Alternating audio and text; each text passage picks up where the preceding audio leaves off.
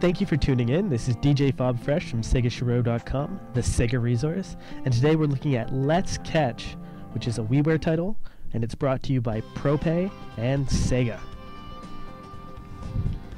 Now, building a title around the game of catch is an incredibly risky thing to do.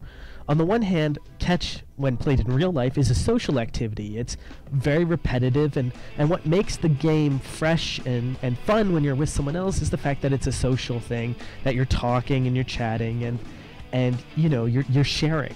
And so to build a game that is that repetitive and kind of tries to capture that feeling was an incredibly risky thing for Prope to do, and in one sense, they're very, very successful. This game captures the feeling of playing catch beautifully. In fact, it's charming. It's a wonderful game. However, is it a game that most people are going to want to play and pay money for? Well, then that's where we have a bit of a discussion.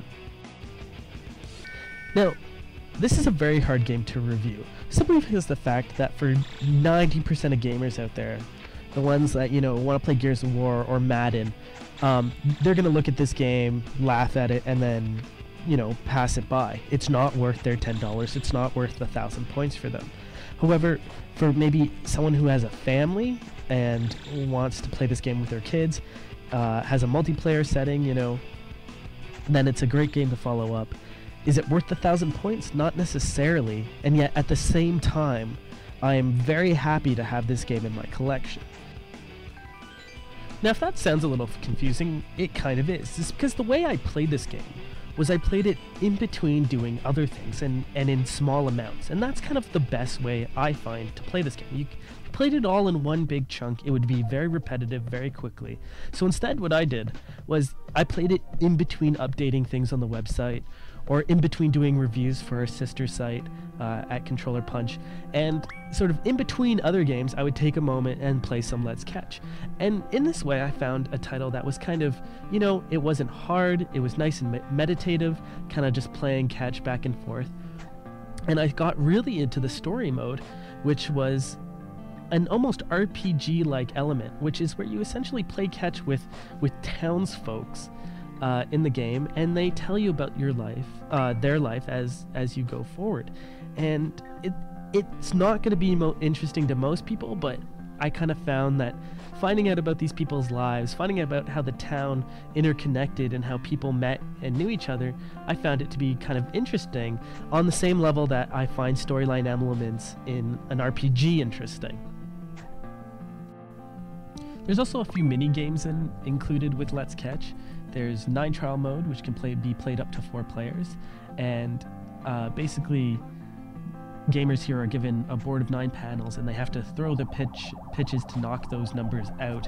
Now, I actually found that this mini game didn't work at all. It was one of the low points of the title for me, but the other the modes were pretty cool, which was speed catch, where each pitch increases with speed as you catch until you can try to catch as fast as you can. High score mode and free play, which pretty much sound how they play. And then bomb catcher. And bomb catcher was a lot of fun because essentially all you're trying to do is have the bomb explode on your enemies.